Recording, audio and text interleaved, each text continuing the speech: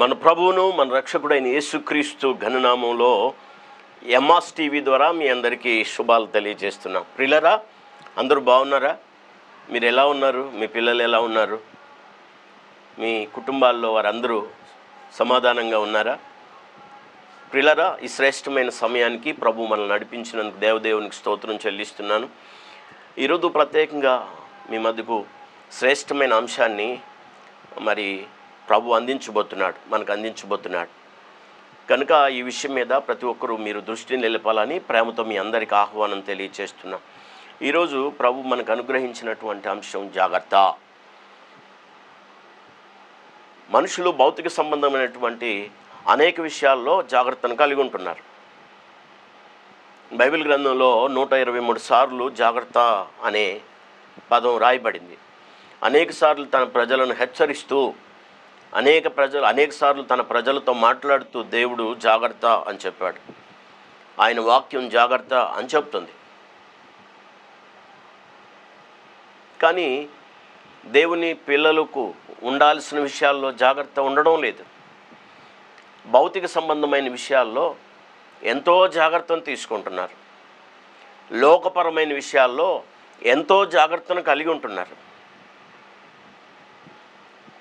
గమనించారా ప్రియులారా? కొన్ని సందర్భాలను మీ ముందు పెడతాను. మీ మనసు ఉంచి ఆలకించాలని, ఆలోచించాలని కూడా మీకు నేను ఆహ్వానాన్ని తెలియచేస్తున్నాను. మనుషులు ఆహారం దగ్గర నుంచి అన్ని విషయాల్లో, ఆహారం, వస్త్రం, కలిగి ఉండేటువంటి వస్తువులు, వాహనాల విషయాల్లో ఎంత జాగ్రత్తను వహిస్తున్నారు? వెండి బంగారాల విషయంలో ఎంత జాగ్రత్తను వహిస్తున్నారు? తినే ఆహారం, త్రాగే నీళ్ళ విషయంలో ఎంత జాగ్రత్తను వహిస్తున్నారు? వస్తువులను వాడుకునే విషయంలో ఎంత జాగ్రత్తను వహిస్తున్నారు? చేసే ప్రయాణాల్లో ఎంత జాగ్రత్తను వహిస్తున్నారు? ప్రతిదానికి జాగ్రత్త జాగ్రత్త జాగ్రత్త అనే మాట ఈ లోకంలో మనకు కనబడుతూ ఉంటుంది. పెద్దవాళ్ళు ఎక్కడికి కదిలినా, ఏ ప్రయాణం చేస్తున్నా జాగ్రత్త అని చెప్తుంటారు. తినే విషయంలో ఎక్కడ పడితే అక్కడ తినొద్దు, ఏది పడితే అది తినొద్దు, ఎలా పడితే అలా తినొద్దు అని జాగ్రత్తలు చెప్తున్నారు. డాక్టర్లు కూడా చెప్తున్నారు, డైట్ పాటించాలి, జాగ్రత్తగా ఉండాలి, సరైన సమయానికి తినాలి, సరైన సమయానికి తాగాలి, సరైన సమయానికి నిద్రపోవాలి. వీటన్ని విషయాల్లో మనుషులు జాగ్రత్తను కలిగి ఉంటున్నారు, జాగ్రత్తలు తీసుకుంటున్నారు. కానీ ఈరోజు నేను జ్ఞాపకం చేయబోయేటువంటి జాగ్రత్త భౌతిక సంబంధమైన జాగ్రత్త కాదు, శరీర సంబంధమైన జాగ్రత్త కాదు. నేను జ్ఞాపకం చేస్తున్న జాగ్రత్త, నేను మీ మధ్యకు తీసుకురావాలనుకుంటున్నటువంటి అంశంలోని జాగ్రత్త ఆత్మ సంబంధమైన జాగ్రత్త, ఆత్మీయ విషయాల్లో జాగ్రత్త, విశ్వాస సంబంధమైన విషయాల్లో జాగ్రత్త. దేవుని పిల్లలకు ఈ జాగ్రత్త లేకపోతే చాలా ప్రమాదం ప్రియులారా. వాక్యం ఈ విధంగా సెలవిస్తుంది. సామెతల గ్రంథం 19వ అధ్యాయం 16వ వచనంలో తన ప్రవర్తన విషయంలో అజాగ్రత్తగా ఉండేవాడు చచ్చును అని రాయబడింది. ప్రియులారా, గమనించారా? తన ప్రవర్తన విషయంలోనంట అజాగ్రత్తగా ఉండేవాడు చస్తాడట. భౌతిక సంబంధమైన ఆహార నియమాలు, వస్తువులు, వాహనాలు, ధనము, వెండి బంగారాల విషయంలో ఎంతో జాగ్రత్తను తీసుకున్నటువంటి మనుషులు, భౌతిక సంబంధమైన లోకం. కానీ విశ్వాస సంబంధమైన జీవితంలో దేవుని పిల్లలు ఆత్మ సంబంధమైన విషయాల్లో జాగ్రత్త కలిగి ఉంటున్నారా? దేవుని విషయాల్లో జాగ్రత్త కలిగి ఉంటున్నారా? విశ్వాస సంబంధమైన విషయాల్లో జాగ్రత్త కలిగి ఉంటున్నారా? అందుకే చెప్తున్నాడు, హెచ్చరిస్తున్నాడు ప్రసంగి అయిన జ్ఞాని, తన ప్రవర్తన విషయంలో అజాగ్రత్తగా ఉండేవాడు చచ్చును అని. ఏ విషయాల్లో జాగ్రత్తగా ఉండాలి? మెట్టుకు నేను ఒక 7 విషయాలు కేవలం జ్ఞాపకం మాత్రం చేస్తాను. వివరణగా చెప్పడానికి మనం టీవీలో తీసుకునే సమయం చాలకపోవచ్చు. అందువల్ల క్లుప్తంగా కొన్ని విషయాలు మీ ముందు ఉంచాలనుకుంటున్నాను. మొదటిది విశ్వాసి జాగ్రత్తగా ఉండాల్సిన మొదటి విషయం, ఆత్మ సంబంధి జాగ్రత్తగా ఉండాల్సిన మొదటి విషయం అదేంటంటే దేవుని మాట విని ఆ మాటను గైకొనటంలో జాగ్రత్తగా ఉండాలి. నిర్గమకాండం 23వ అధ్యాయం 22వ వచనంలోను, అలాగే ద్వితీయోపదేశకాండం 5:33వ వచనంలోను దేవుని పిల్లలైన వారు దేవుని మాట విని దానిని గైకొనడానికి జాగ్రత్త వహించాలి. ఈనాడు కుప్పలుగా వాక్యం వినబడుతుంది. మాధ్యమాల ద్వారా, సోషల్ మీడియా ద్వారా కూడా వాక్యం వినబడుతూ ఉంది. టీవీల ద్వారా వాక్యం వినబడుతుంది, రేడియోల ద్వారా వాక్యం వినబడుతూ ఉంది. ఆ వాక్యం వినడం ముఖ్యం కాదు, కానీ విన్న తర్వాత దాన్ని గైకొనడం ముఖ్యం. వినడం ముఖ్యమే, కానీ దానికంటే ముఖ్యం ఏంటంటే విని గైకొనడం. ప్రియులారా, అలాంటి జాగ్రత్త మనం కలిగి ఉంటున్నామా? వాక్యం చెప్తుంది, దేవుని వాక్యం వినేవారు దేవుని దృష్టికి నీతిమంతులు కారు. రోమీయులకు రాసిన పత్రికలో చాలా క్లియర్గా 2వ అధ్యాయంలో రాయబడింది. దేవుని దృష్టికి, దేవుని ధర్మశాస్త్రం వినేవారు దేవుని దృష్టికి నీతిమంతులు కారు. కానీ ఎవరైతే దేవుని వాక్యాన్ని విని దానిని గైకొంటారో, దాన్ని అనుసరించి నడుచుకుంటారో వారు దేవుని దృష్టికి నీతిమంతులే ఎంచబడతారు. Praise the lord. దేవునికి మహిమ కలుగును గాక. వాక్యం వినటం లేదని నేను అంటలేదు, వాక్యం వింటున్నారు కదా. విన్న ప్రతి వ్యక్తి గైకొనేవారుగా ఉండాలి. ప్రకటన గ్రంథం 1వ అధ్యాయం 3వ వచనంలో ప్రభు జ్ఞాపకం చేసిన మాట చెప్తున్నాను. ఇదిగో సమయం సమీపించింది. ఈ ప్రవచన వాక్యాలు చదివాడు, వినేవాడు, ఇందులో రాయబడిన సంగతులు గైకొనేవాడు ధన్యుడు. చదివేవాడు ఉండాలి, వినేవాడు ఉండాలి, గైకొనేవాడు ఉండాలి. చదవడం ముఖ్యమే, వినడం ముఖ్యమే. ఈ రెండింటికంటే ముఖ్యమైంది గైకొనడం. దాని విషయంలో దేవుని పిల్లలు ఎలా ఉండాలని ప్రభు కోరుతున్నాడంటే జాగ్రత్తగా ఉండాలి. ద్వితీయోపదేశకాండం 28వ అధ్యాయంలో దేవుని మాటను జాగ్రత్తగా వినాలి. అప్పుడే నువ్వు దీవించబడతావు, అప్పుడు నువ్వు ఆశీర్వదించబడతావు. ఈనాడు చాలామంది విశ్వాసులు, ఆత్మ సంబంధమైన పిల్లలు, క్రైస్తవులు దేవుని వాక్యం విషయంలో, దాన్ని గైకొనే విషయంలో అజాగ్రత్తగా ఉంటున్నారు. వాక్యం చెప్తుంది, ఇదిగో ఆ శరీర సంబంధమైన మరణం రాకపోవచ్చు, కానీ ఆత్మ సంబంధమైన మృతమైన జీవితంలోకి వెళ్ళిపోతావని వాక్యం ద్వారా మనం గమనిస్తున్నాం. ప్రకటన గ్రంథంలో చెప్పాడు, నువ్వు పేరుకే జీవిస్తున్నావు కానీ నీవు మృతుడు అని. అలాంటిదన్నమాట. వాక్యాన్ని విని దాన్ని గైకొనకపోతే మన ఆత్మీయ జీవితం మృతం అవుతుంది. కనుక వాక్యాన్ని వినాలి, విన్న వాక్యాన్ని గైకొనాలి. దానికి దేవుని పిల్లలకు ఉండాల్సింది ఏంటంటే జాగ్రత్త. వాక్యం విన్నాను కదా, దాన్ని నేను అనుసరించి నడుచుకుంటున్నానా, గైకొంటున్నానా అనే జాగ్రత్త తీసుకోవాలి. ఆ జాగ్రత్తను మనం దేవుని సన్నిధిలో కలిగి ఉందము గాక. రెండవది, బైబిల్ నుండి వాక్యం చదవగలిగిన వాళ్ళు వాక్యాన్ని చూడాలని, వాక్యం చదవాలని మీకు ఆహ్వానం తెలియజేస్తున్నాను. రండి ప్రియులారా, గమనించండి. నిర్గమకాండం 23వ అధ్యాయం 21వ వచనంలో ప్రభు ఆయన సన్నిధానాన్ని గురించి జాగ్రత్త అని చెప్పాడు. ప్రసంగి గ్రంథం 5వ అధ్యాయం 1వ వచనంలో నీవు దేవుని మందిరానికి పోనప్పుడు నువ్వు జాగ్రత్త, నీ ప్రవర్తన జాగ్రత్త అని చెప్పాడు. దేవుని సన్నిధిలో నిలిచేటప్పుడు నువ్వు జాగ్రత్త. దేవుని సన్నిధిలో అనాలోచనగా ఉండొద్దు. దేవుని సన్నిధానాన్ని నువ్వు అశ్రద్ధ చేయొద్దు. అది నీకు ఆశీర్వాదకరం కాదు. దేవుని సన్నిధిలో జాగ్రత్తగా ఉండాలి. దేవుని సన్నిధిలో జాగ్రత్తగా ఉండాలి. నిర్గమకాండంలో ఆయన తన దూతను ఇశ్రాయేలు ప్రజలకు ముందు పంపుతూ మిమ్మల్ని ఆయనే అదిగో వాగ్దాన దేశానికి తీసుకువెళ్ళేవాడై ఉన్నాడు. ఒక దూతను మీకు ముందుగా పంపుతున్నాను, మీరు చేరాల్సిన చోటుకు ఆయనే మిమ్మల్ని తీసుకువెళ్తాడు. ఆయన సన్నిధిలో మీరు జాగ్రత్త. దేవుని మందిరంలో జాగ్రత్త. తిమోతికి రాస్తూ పౌలు గారు ఉత్తరం, తిమోతి, జీవము గల దేవుని సంఘములో జనులు ఎలాగున్నారో, సంఘములో జనులు ఎలా ఉన్నారో అక్కడ నీవెలా ఉన్నావో అని పుట్టినోట్లో రాయబడింది. ప్రియులారా, దేవుని సన్నిధిలో జాగ్రత్త ఉండాలి. దేవుని సన్నిధిలో నిలిచే విషయంలో జాగ్రత్తగా ఉండాలి. దేవుని సన్నిధిలో కనబడే విషయంలో జాగ్రత్తగా ఉండాలి. ఆమోస్ గ్రంథంలో చెప్తాడు, దేవుని సన్నిధిలో, మీ దేవుడైన యెహోవా సన్నిధిలో నిలవబడటానికి మీరు సిద్ధపడండి అని. అంటే దానికి జాగ్రత్త అవసరం. దేవుని సన్నిధిలో కనబడటానికి జాగ్రత్త పడాలి అని హెచ్చరించాడు ఆమోస్ ద్వారా ప్రభు. ఈ జాగ్రత్త మనకుందా? దేవుని సన్నిధిలో ఎలా నిలుస్తున్నాం? దేవుని సన్నిధిలో నిలిచే విషయం మనకు జాగ్రత్త ఉందా? ఆయన ఏ విధంగా మనం దేవుని సన్నిధిలో నిలవాలని కోరుకుంటున్నాడో ఆ విధంగా నిలవాలి. హెబ్రీయులకు రాసిన పత్రికలో రాస్తా ఆయన సన్నిధానానికి ఎలా వెళ్ళాలని చెప్పాడో చాలా వివరంగా రాయబడింది. బైబిల్ నుండి వాక్యం చదవగలిగిన వాళ్ళు ఈ మాట చూడాలని నేను మీ అందరికీ ఆహ్వానాన్ని తెలియచేస్తూ ఉన్నాను. హెబ్రీయులకు రాసినటువంటి పత్రిక బైబిల్ ఉండి వాక్యం చదవగలిగిన వాళ్ళు వాక్యం చూడాలని మీకు నేను ఆహ్వానాన్ని తెలియచేస్తున్నాను. ఆయన సన్నిధిలో ఎలా నిలవాలి అని రాయబడింది. దయచేసి వాక్యం చూడండి. ఎబ్రిల్కి రాసిన పత్రికలో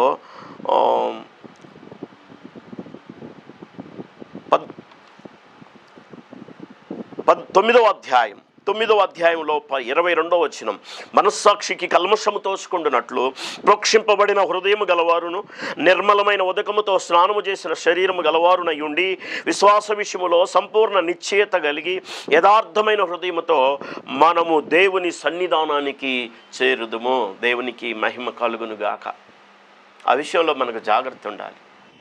మన మనస్సాక్షికి కల్మషం తోచకుండా యథార్థ హృదయంతో నిష్కల్మషంగా ప్రభు సన్నిధిలో నిలడానికి మనం సిద్ధపడాలని వాక్యం సెలవిస్తూ ఉంది. అందుకొరకు ప్రతి విశ్వాసికి జాగ్రత్త అవసరం. అలాంటి జాగ్రత్తను మనం కలిగి ఉన్నామా? వాక్యం వింటున్న నీవు నేను అలా లేకపోతే దేవుని సన్నిధిలో ఎంత భయంకరమో. అందుకే వాక్యం చెప్తుంది, నీవు దేవుని సన్నిధిలో జాగ్రత్త. మూడవ జాగ్రత్తను చెప్పాలని, మూడవ జాగ్రత్తను మీ ముందు ఉంచాలని నేను ఆశపడతా ఉన్నాను. బైబిల్ ఉందా? దయచేసి కీర్తనల గ్రంథంలో 39వ అధ్యాయం 1వ వచనంలో ఈ మాట రాయబడింది, నా నాలుకతో పాపం చేయకుండానట్లు నేను నా నోటికి చిక్కు ఉంచుకుంటాను అని చెప్తున్నాడు కీర్తనాకారుడు. బైబిల్ ఉండి చదవగలిగిన వాళ్ళు ఈ మాట కూడా చూడాలని నేను మీ అందరికీ ప్రేమతో ఆహ్వానం తెలియజేస్తున్నాను. 1వ వచనం, నా నాలుకతో పాపం చేయకుండానట్లు నా మార్గములను జాగ్రత్తగా చూసుకుందును. మన శరీరంలో అవయవాలన్నీ మన చేత పాపం చేయిస్తాయి ప్రియులారా. అందుకనే మన శరీర అవయవాల్లో ఒక ప్రాముఖ్యమైన భాగాన్ని తీసుకొస్తున్నాడు, నా నాలుకతో పాపం చేయకుండానట్లు. నాలుక చిన్నదే కానీ అదిరిపడుతుందని యాకోబు రాసిన పత్రికలో, ఇది పాప ప్రపంచానికి చుచ్చుపడుతుందని రాశాడు యాకోబు తెలియచేస్తూ 3వ అధ్యాయంలో. నాలుక చిన్నదే కానీ చాలా ప్రమాదకరమైంది, అది అగ్ని అని రాయబడింది. ప్రపంచానికి అది చిచ్చు పెడుతుంది, నరకానికి చిచ్చు పెడుతుంది అది అని రాయబడింది. కనుక మనం దేవుని సన్నిధిలో మనం పాపము చేయకుండా, అలాగే మన కన్ను, అలాగే మన నోరు, అలాగే మన హృదయం, మన శరీరంలో, మన దేహంలో ఉన్న ప్రతి అవయవం మరి పాప నియమాలుగా లోకంలో కనబడతాయి. అందువల్ల జాగ్రత్తగా ఉండాలి పాపం జరగకుండా ఉండటం కోసం. దానికి ఒక మాట చెప్పన, ఓ ఇరుగుడుగా భక్తుడు ఏం చెప్పాడంటే, యోహాను రాసినటువంటి పత్రిక, దయచేసి మొదటి పత్రిక 5వ అధ్యాయం 18వ వచనంలో రాయబడింది, దేవుని మూలంగా పుట్టినవాడు పాపము చేయడు, ఎందుకంటే వాడు తన్ను భద్రము చేసుకొనును. అంటే జాగ్రత్తగా ఉంటాడు, వాడు భద్రం చేసుకుంటాడు. తన్ను భద్రం చేసుకొనుడు గనుక దుష్టుడు వానిని ముట్టడు. దేవుని మూలంగా పుట్టిన వాడు పాపం చేయడు, ఎందుకంటే వాడు తన్ను భద్రము చేసుకొనును. అంటే విశ్వాసి జాగ్రత్తగా ఉండాలి కదా. ఎప్పుడు నువ్వు అజాగ్రత్తగా ఉంటే పాపం నిన్నప్పుడు కబళిస్తుంది, పాపం నిన్ను మింగివేస్తుంది. కనుక పాపం చేయకుండా ఉండడానికి దేవుని పిల్లలు జాగ్రత్తగా ఉండాలి. పాపంలో పడిపోకుండా ఉండడానికి జాగ్రత్తగా ఉండాలి. మనల్ని మనం భద్రపరచుకోవాలి. దేవుడు అట్టి కృప భాగ్యాన్ని మనందరికీ దయచేయనుగాక. ఆ విషయంలో జాగ్రత్త లేకపోతే విశ్వాస జీవితం చాలా తలకిందులుగా మారిపోతుంది. విశ్వాస జీవితానికి పతనంగా అది పరిణమించవచ్చు. జాగ్రత్త అనే విషయంలో జాగ్రత్తగా ఉండాలి ప్రియులారా. నేను మీ అందరికీ ప్రేమతో ఆహ్వానం తెలియచేస్తున్నాను. మనం ఈ విషయంలో జాగ్రత్తగా ఉంటున్నామా? ఈనాడు దేవుని పిల్లలు నమ్మకస్తులు అనుకున్న వాళ్ళు సైతం మరలా పాపంలో పడిపోతున్నారు. కారణం ఏంటంటే ఆ విషయంలో జాగ్రత్తగా ఉండడం లేదు, జాగ్రత్తలు తీసుకోవట్లేదు. నేను ఎలా నిలబడగలను, ఎలా నేను నిలబడాలి, ఎలా జాగ్రత్తగా ఉండాలి, ఎలా పడిపోకుండా ఉండాలి, ఎలా పాపం చేయకుండా ఉండాలనే జాగ్రత్త తీసుకోవడం లేదు. పాపం విషయంలో నువ్వు పడిపోకుండానట్లుగా నీకు జాగ్రత్త అవసరమని దేవుని వాక్యం చెప్తుంది. చాలా క్లియర్గా భక్తుడు చెప్తున్నాడు, నేను నాలుకతో పాపం చేయకుండానట్లు నా హృదయంలో నేను జాగ్రత్తగా ఉంచుకుంటున్నాను వాక్యాన్ని. నా నాలుకతో పాపం చేయకుండానట్లు నేను నీ మార్గంలో జాగ్రత్తగా ఉంటున్నాను, నా మార్గాలను నేను జాగ్రత్తగా చూసుకుంటున్నాను. ఈ విషయాలు మనం జాగ్రత్త కలిగి ఉన్నామా?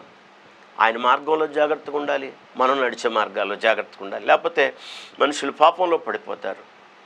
పాపం విషయంలో పాపంలో పడిపోకుండా పాపం మన ద్వారా జరగకుండానట్లు జాగ్రత్తగా జీవించాల్సిన అవసరం ఉంది. చాలా క్లియర్గా రాయబడింది ఆన్సర్ మనకి. సజెషన్ చేస్తున్నాడు భక్తుడైన ప్రియుడైన యోహాను మొదటి పత్రిక 5వ అధ్యాయం 18వ వచనంలో, ఎవడు దేవుని మూలంగా పుట్టాడో, దేవుని మూలంగా పుట్టినవాడు పాపం చేయడు, ఎందుకంటే వాడు తన్ను భద్రము చేసుకొనును, దేవునికి మహిమ కలుగునుగాక. ప్రియులరా, విశ్వాసులైన వాళ్ళు, దేవుని పిల్లలైన వాళ్ళు, ఆత్మ సంబంధులైన వాళ్ళు ఖచ్చితంగా పాపం విషయమై జాగ్రత్తగా ఉండాలి. పాపము చేయకుండా ఉండడానికి జాగ్రత్తగా ఉండాలి.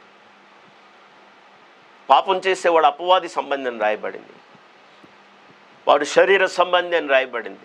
పాపం చేసేవాని వల్ల దేవునికి సంతోషం కలగదు. అందువల్ల దేవుని పిల్లలు పాపం చేయకుండా జాగ్రత్తగా ఉండాలి. అది మన నోరు కావచ్చు, మన కన్ను కావచ్చు, మన చేతులు కావచ్చు, మన కాళ్ళు కావచ్చు, మన అంతరంగం కావచ్చు. ఏది కూడా పాపం చేసి మనల్ని దేవునికి దూరం చేసేది కాకుండా ఉండడం కొరకు పాపము చేయకుండా జాగ్రత్త అన్నాడు. 4వ విషయాన్ని మేము ముందు ఉంచుతాను. ప్రభు త్వరగా రాబోతున్నానని ఇప్పటికి 2000 సంవత్సరాల నుంచి మనం వింటున్నాం. వాక్యం కూడా సెలవిస్తుంది. అనేక రకాలైన పాటలు పాడుతున్నారు. యేసు రాజు త్వరగా వస్తున్నాడని, రాజారాజు వస్తున్నాడో అని ఎప్పటి నుంచో భక్తులు పాడారు, కానీ రాలేదు. ఎందుకు ఆయన రాలేదు? వస్తున్నాడు అంటే వస్తున్నాడు. ఎందుకు ఆయన ఆలస్యం చేస్తున్నాడు? వాక్యం చెప్తుంది పేతురు రాసిన పత్రికలో, ఎవడు నశించడం ఆయనకి ఇష్టం లేదు, అంతటా అందరూ మారు మనసు పొంది రక్షణ పొందాలని ఆయన కోరుకుంటున్నాడు. మరి ఆయన రాకడను గురించి ఎందుకు ఆలస్యం జరుగుతుందంటే, మనం ఎవరు నశించిపోకుండా ఉండడం కోసం మన ఏడలంటే ఆయన దీర్ఘశాంతాన్ని చూపుతున్నాడు. దేవునికి మహిమ కలుగునుగాక. పేతురు రాసిన 2వ పత్రిక దయచేసి 2వ అధ్యాయం 12వ వచనంలో లేఖనాలు ఈ విధంగా సెలవిస్తున్నాయి. ఏమని మాట్లాడుతుంది దేవుని వాక్యం అంటే, ఇదిగో ప్రభువు రాబోతున్నాడు, ప్రభు వచ్చేటువంటి దినాల్లో పంచభూతాలు మిక్కటమైన వేండ్రంతో లయమైపోతాయి, భూమి మీద ఉన్న కృత్యాలన్నీ కాలిపోతాయి. ఇవన్నీ కూడా మరి లయమైపోతాయి. ఆ తర్వాత దయచేసి 3వ అధ్యాయం 12వ వచనంలో నేను 3వ భాగాన్ని చదువుతున్నాను.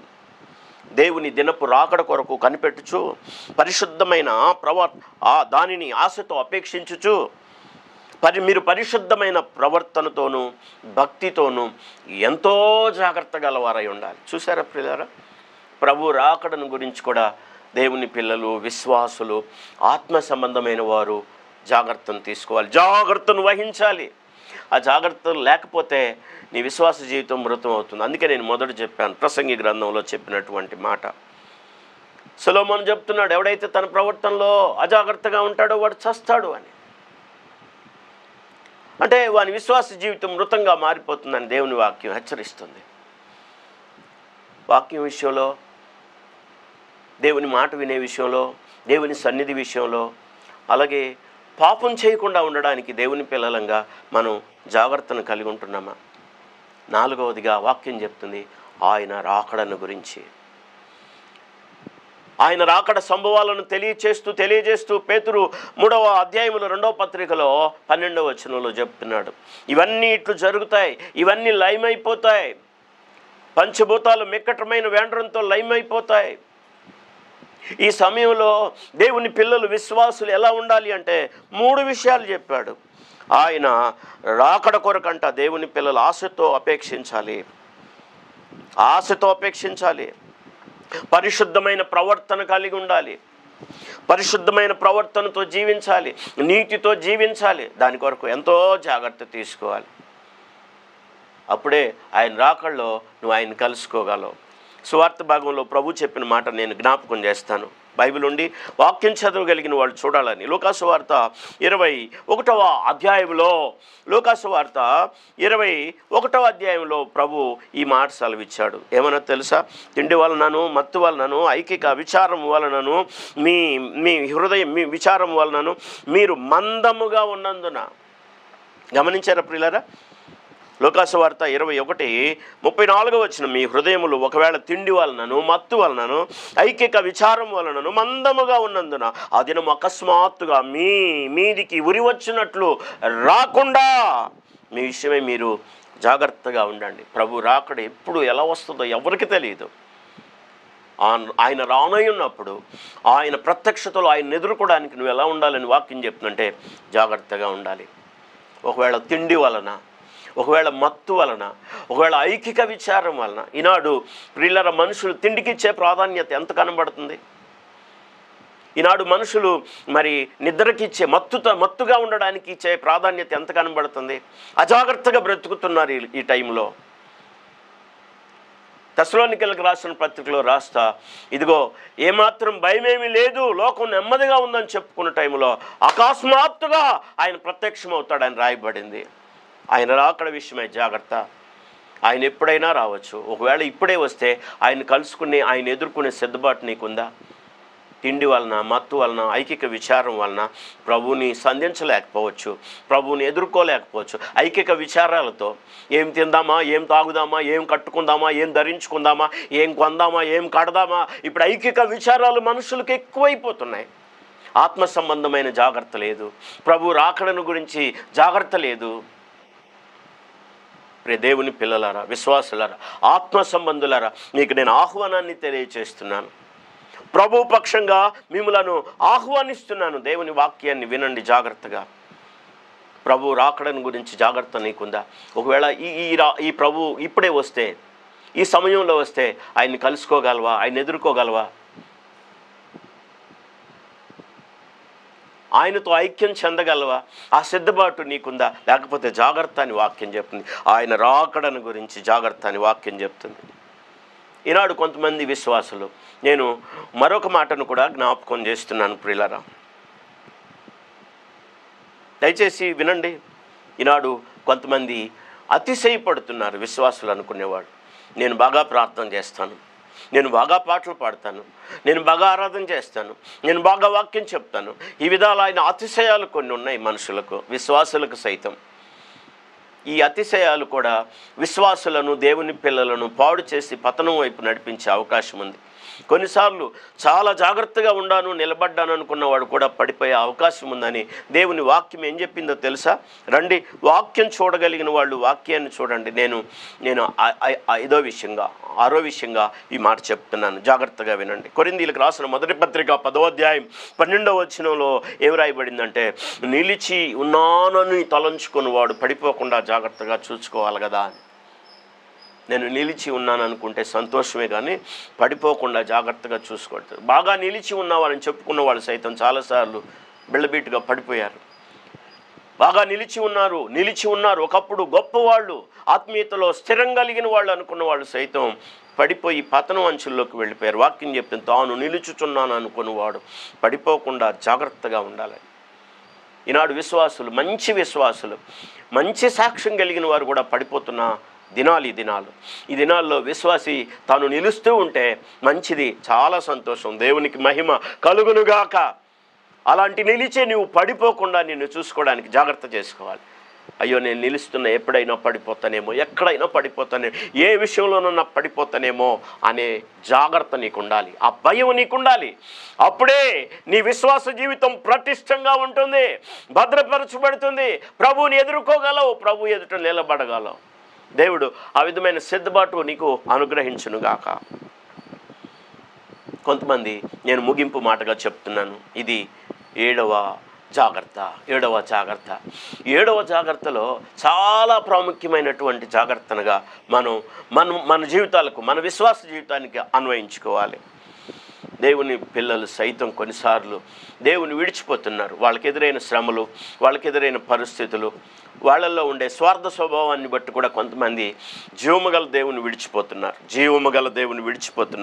ప్రియులారా, 7 జాగ్రత్తల్లో 7వ జాగ్రత్త చాలా ప్రాముఖ్యమైన జాగ్రత్త. దేని కొరకంటే, దేవుని పిల్లలు అనుకున్నవారు విశ్వాస జీవితంలో పటిష్టంగా దేవుని కొరకు వైరాగ్యంతో జీవించిన వారు కూడా కొన్నిసార్లు వారికి ఎదురైన పరిస్థితులను బట్టి, వారికి ఎదురైనటువంటి కష్ట నష్టాలను బట్టి, దుఃఖాన్ని బట్టి, బాధ బలహీనతలను బట్టి దేవుని కూడా విడిచిపోయే బలహీనులుగా మారిపోతున్నారు.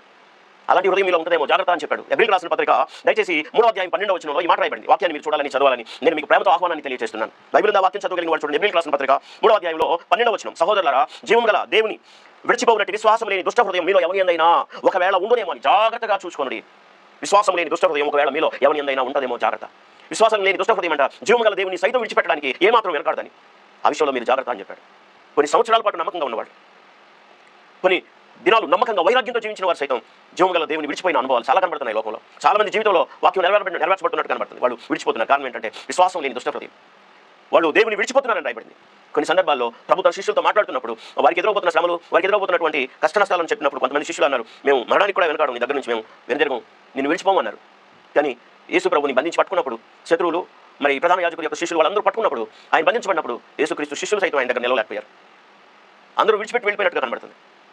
అయితే వాళ్ళు తేరుకొని, వాళ్ళు కోలుకొని ప్రభు తిరిగి వారు చేసిన దోషాన్ని, అవిధేయతను సరి చేసుకున్నారు. మరి క్రమపడడానికి ఇష్టపడ్డారు. దేవుని సన్నిధిలో విషయమై పశ్చాత్తపడ్డారు. కానీ నాడు అనేకులు విశ్వాసం లేని దుష్ట హృదయం గలవారు దేవుని విడిచిపోతున్నారు. ఆ దేవుడు జీవం గల దేవుడని, అలాంటి జీవం గల దేవుని విడిచిపెట్టే విశ్వాసం లేని దుష్ట హృదయం మీలో ఎవరిలోనన్నా ఉంటుందేమో జాగ్రత్త.